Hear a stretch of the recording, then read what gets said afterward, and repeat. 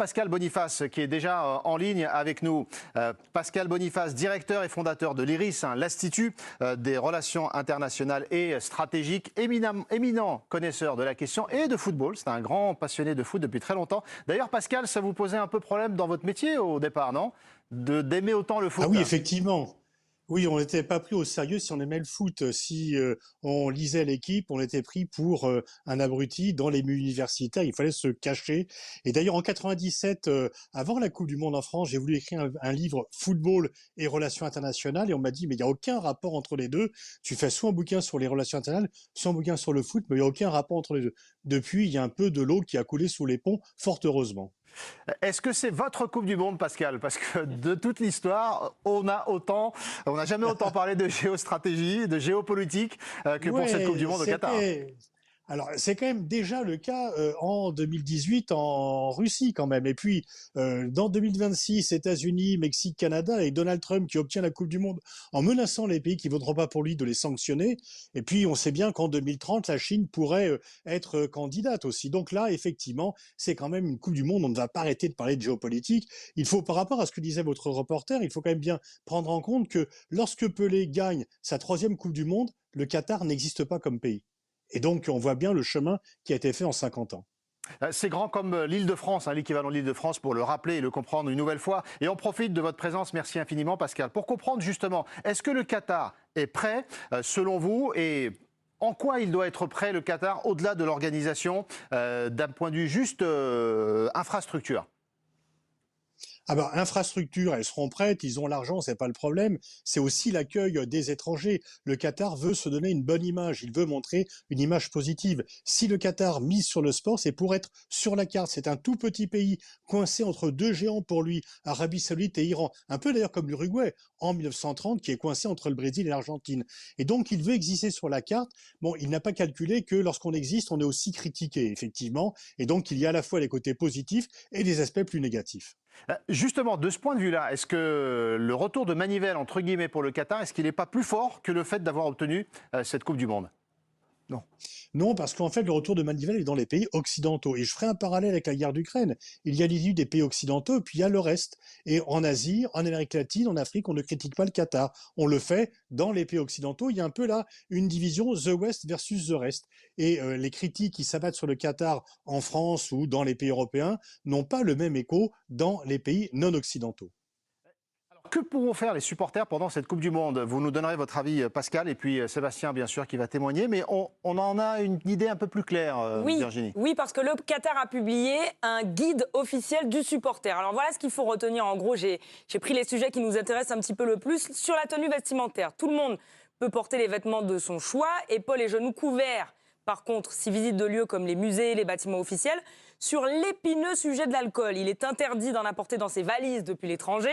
Il sera servi sur place dans les restaurants, les bars et les hôtels titulaires d'une licence. Les porteurs de billets pourront aussi en acheter dans le périmètre du stade 3 heures avant le coup d'envoi et 1 heure après le coup sifflé final. Il est interdit de boire de l'alcool, évidemment, en dehors des zones désignées. Bonne nouvelle pour les Anglais, il n'y aura pas de poursuite en cas d'ivresse sur la voie publique.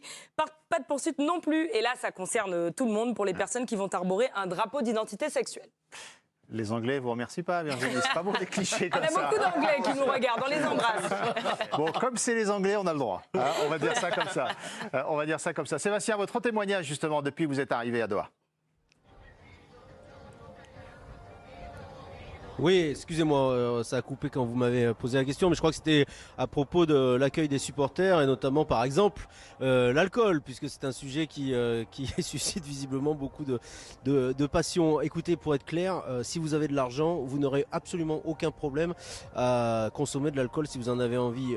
Les bars dans les hôtels sont très facilement accessibles. Il vous suffit de présenter votre passeport et là, vous pouvez boire absolument tout ce que vous voulez et dans les quantités que vous voulez. Après, charge à vous de rentrer dans votre hôtel dans les conditions que vous souhaitez. Mais c'est très très simple. Après, il faut de l'argent parce que, par exemple, une bière de 33 centilitres d'une marque très connue, ça va coûter autour de 15 euros.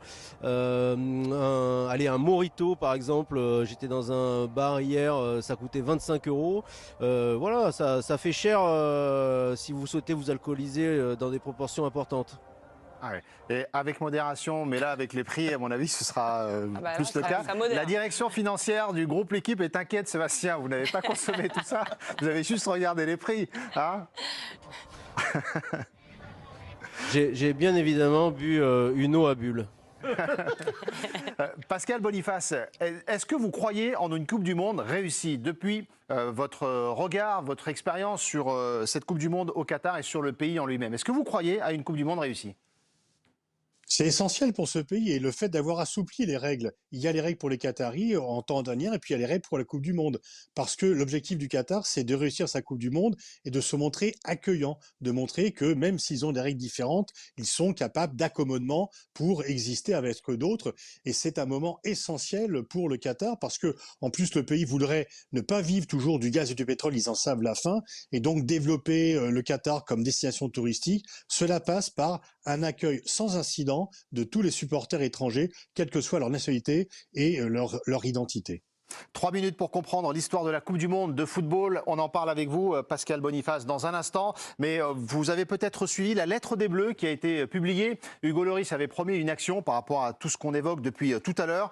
Les Bleus qui ont choisi de publier une lettre pour manifester évidemment leur attention aux droits humains et au travers d'ONG qu'ils soutiennent, ils vont s'emparer de cette cause en reversant un certain montant financier pour ces ONG. Votre position par rapport aux joueurs et par rapport à ce que vous nous disiez tout à l'heure, la différence entre l'Occident et le reste du monde. Les joueurs de football, est-ce qu'on ne les place pas dans une situation difficile alors qu'ils n'ont rien demandé? Oui, effectivement, pourquoi on ne boycotterait que le football et pas le reste? Il y a eu des mondiaux d'athlétisme. Il y a eu un mondial de hand, on n'a pas demandé le boycott. Et par ailleurs, en dehors du sport, si le Qatar est un pays infréquentable, c'est pas le mondial qu'il faut boycotter. Il faut pas lui vendre de Rafale, il faut pas lui vendre d'Airbus, il faut pas lui acheter du gaz et du pétrole. Donc c'est toujours sur le sport qui doit servir de variable d'ajustement par rapport aux questions de boycott. Et puis par rapport à l'expression publique et politique des footballeurs, on leur demande de se taire parce qu'ils ne sont pas censés avoir d'opinion, soit on leur demande de changer le monde. Il y a quand même peut-être un espace entre les deux. Les footballeurs sont des citoyens, mais il faut les laisser tranquilles et les laisser s'exprimer quand ils le souhaitent et selon le rythme qui est le leur.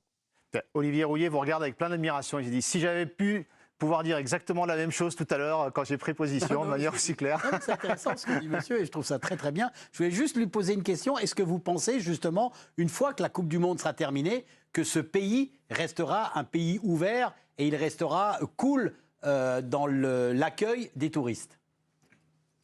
Alors évidemment, il y aura toujours des restrictions, ça sera pas Disneyland en permanence, mais c'est un pays qui s'ouvre au fur et à mesure, à son rythme. On peut même dire que la famille régnante est un peu en avance sur la société et que le mondial sera une étape dans cette ouverture et que le Qatar est un pays globalisé, qui a des relations avec beaucoup de pays. Avant la Coupe du Monde, il y a des Occidentaux qui y vivent et qui ne vivent pas les mêmes règles que les nationaux. Et ce mondial va contribuer à disons, ouvrir le Qatar, mais il ne faut pas penser que ce pays qui n'a qu'une fois encore que 50 ans d'existence puisse faire en 10 ans le chemin que d'autres pays ont mis des siècles ou des décennies à faire.